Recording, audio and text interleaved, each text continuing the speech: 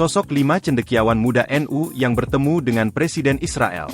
Viral foto memperlihatkan 5 tokoh NU bertemu Presiden Israel Isaac Herzog.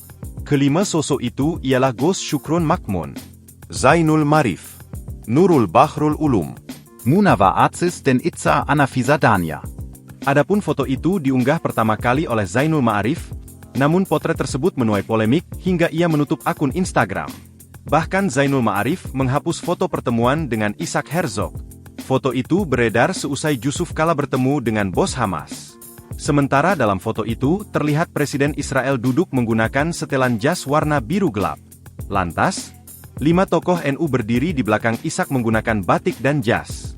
Dikutip dari tribunnews.com, Ketua PBNU Syafiq Ali buka suara seusai foto tersebut viral. Ia mengatakan pertemuan itu tidak mengatasnamakan organisasi. Sebaliknya, Syafiq menyesalkan pertemuan tersebut lantaran akan memperburuk citra NU di mata publik. Padahal NU sendiri berada di sisi Palestina dan sedang berkomunikasi intensif membahas perkembangan terkini. Download Tribun X sekarang, menghadirkan lokal menjadi Indonesia.